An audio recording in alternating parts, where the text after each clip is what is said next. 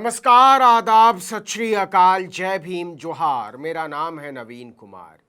क्या Kolkata trainee doctor case भी CBI के लिए नोएडा का आरुषि कांड हो गया है? देखिए, 2008 में नोएडा के आरुषि हेमराज कांड को सीबीआई को सौंपा गया था। उस मामले में भी सीबीआई ने 3 लोगों का नार्को टेस्ट कराया था। आरुषि के मां बाप जेल में पड़े रहे और 9 साल के बाद दोनों को बरी कर दिया गया। 16 साल हो गए, सीबीआई आज तक केस सॉल्व नहीं कर सकी। जिस तरह से CBI Kolkata R G Kar case को हैंडल कर रही है, उसे देखते हुए पूछा जाने लगा है कि सीबीआई कर क्या रही है, और यह पूछने के पीछे कुछ ठोस वजह हैं। देखिए, Kolkata R G Kar medical college कांड की जांच हाईकोर्ट ने सीबीआई को सौंपी जरूर थी, लेकिन अभी तक उसके हाथ में अंडा है, लड्डू। मतलब जो लोग उछल रहे थे कि सीबीआई के हाथ में केस आते ही रेशा रेशा खुल जाएगा, उनकी समझ में नहीं आ रहा है कि क्या बोला जाए। 15 दिन से सीबीआई केवल कहानी सुना रही है कि संजय राय ने वारदात की रात क्या क्या किया, कहां कहां गया, किससे किससे बात की, किससे किससे मिला। लेकिन जो असल सवाल है उसकी कोई हवा नहीं है। जो हैरानी की बात है वो ये कि सीबीआई किसी अनाड़ी एजेंसी की तरह पॉलीग्राफ टेस्ट के भरोसे बैठी हुई है। वो भी 2 बार हो चुका, लेकिन तब भी वो कुछ ठोस बता पाने की स्थिति में नहीं है। आपको बता दें कि पॉलीग्राफ टेस्ट से जो भी पता चलेगा वो भी अपने आप में सबूत नहीं होगा। अभियुक्तों ने जो कहा है वो सच है, उसे साबित करने के लिए सबूत चाहिए, और सबूत सीबीआई के पास 0 है।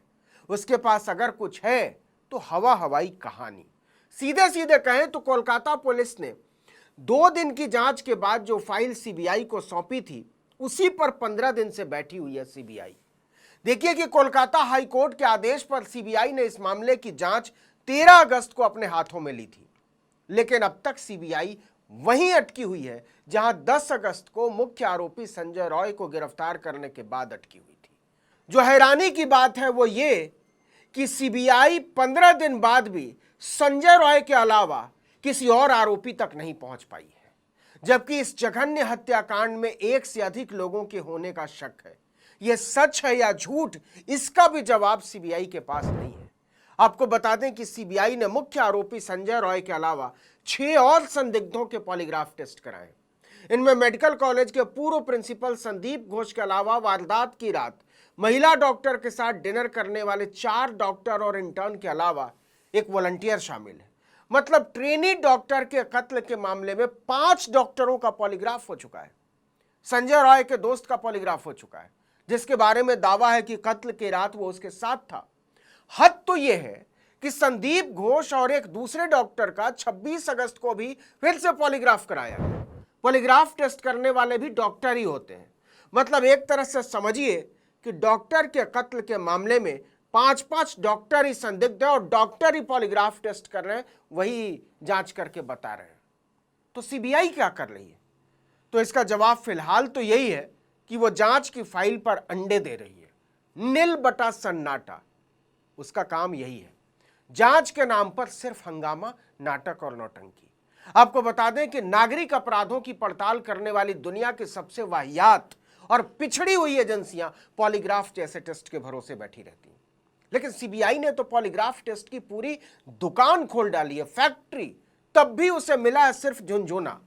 उसे लगता है कि अर्ध बेहोशी की हालत में अभियुक्त कुछ ठोस उगल देंगे और उसका काम बन जाएगा। ऐसे चंडू खाने के टेस्ट में अभियुक्त कुछ बक भी दे तो कोर्ट में उसका कोई मतलब नहीं होगा।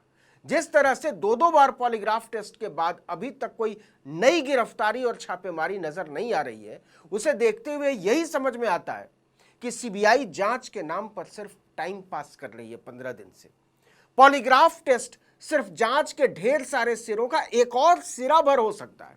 वो विश्वसनीय हो सकता है और इससे कहीं ज्यादा अविश्वसनीय हो सकता है। दोनों पॉसिबिलिटीज है, लेकिन सीबीआई अकेले इसी को पकड़कर बैठ गई है, जबकि चाहिए ठोस सबूत, जैसे कोई सीसीटीवी फुटेज, अपराध का कोई ठोस गवाह, पीड़िता पर अपराध को साबित करने वाला किसी तरह का कोई सीधा लिंक। लेकिन अपराध विज्ञान के माहिरों का कहना है कि इस मामले में ऐसा कोई डायरेक्ट एविडेंस यानी सबूत सीबीआई के हाथ नहीं लगा है।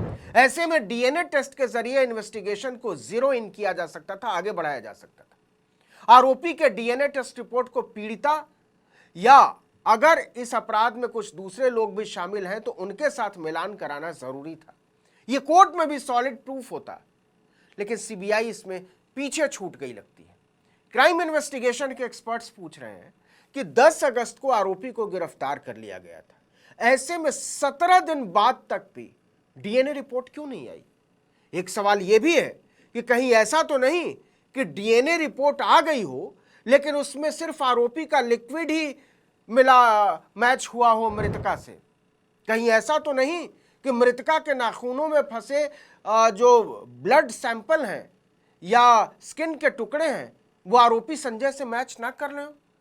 ऐसे में कोर्ट में यह साबित करना मुश्किल हो जाएगा कि ट्रेनी डॉक्टर को मारने वाला और उसके साथ रेप करने वाला एक ही आदमी है। क्योंकि एक सवाल जो सबके सामने है वो ये कि हो सकता है आरोपी संजय ने मृतका के साथ रेप तो किया हो, लेकिन उनके मरने के बाद बिना डीएनए रिपोर्ट के इस पर ठोस कुछ भी नहीं कहा जा सकता। और डीएनए रिपोर्ट आई है या नहीं इसके बारे में सीबीआई आधिकारिक रूप से कुछ बोलने को तैयार नहीं है, जुबान बंद किए हुए। इतने बड़े मामले में 15 दिन से उसके हाथ में केवल अंडा है।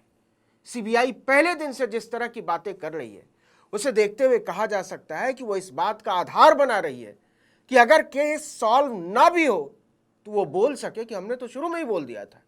सीबीआई का कहना है कि लेडी डॉक्टर को इतनी बेरहमी से मारा गया। पोस्टमार्टम रिपोर्ट से पता लगा कि पहले उसका मुंह दबाया गया और फिर गला घोटा गया। उसके नाखूनों में खून और चमड़ी के रेशे भी मिले। ऐसे में जाहिर है कि उसने अपने बचाव के लिए काफी कड़ा विरोध किया होगा, चिल्लाई भी होगी। लेकिन केस हाथ में आने के बाद जब सीबीआई ने घटनास्थल की तस्वीर देखी और अधिकारी वहां पहुंचे तो ऐसा लगा ही नहीं कि वहां इतनी खतरनाक वारदात को अंजाम दिया गया होगा। जिस गद्दे पर लेडी डॉक्टर का शव मिला उसकी चादर तक नहीं मिली। घटनास्थल पर और भी कई चीजें ऐसे रखी थी मानो जैसे कुछ हुआ ही ना हो। तो क्या वारदात को कहीं और अंजाम देकर शव को वहां रखा गया, या फिर वारदात के बाद घटनास्थल से सबूत मिटाने के लिए चादर बदलने के साथ ही दूसरी तरह की छेड़छाड़ की गई? तो यही तो जांच करनी थी ना मेरे भाई, वरना जांच सीबीआई को क्यों दी जाती? सीबीआई ऐसी बातें कर रही है जैसे वो किसी को पकड़ती, उसको 2-4 थप्पड़ लगाती और वो सब कुछ बक देता और सीबीआई वाले आकर मीडिया में कह देते देखो हो गया केस सॉल्व। 15 दिन से वो सिर्फ बतौलेबाजी कर रही है। इसीलिए पूछा जा रहा है कि क्या कोलकाता केस सीबीआई के लिए एक और आरुषि कांड होने जा रहा है जिसका नतीजा 16 साल बाद भी जीरो है, अंडा। इस वीडियो में इतना ही, लेकिन अगर आपने आर्टिकल 19 इंडिया को अब तक सब्सक्राइब नहीं किया है तो फौरन कर लीजिए। बेल आइकॉन दबाइए, घंटी जैसी आकृति, लाइक कीजिए और कमेंट करके बताइए हमारा वीडियो आपको कैसा लगा। हमारा ट्विटर हैंडल है आर्टिकल 19_इंडिया और मेरा ट्विटर हैंडल नवीन जर्नलिस्ट। नमस्कार।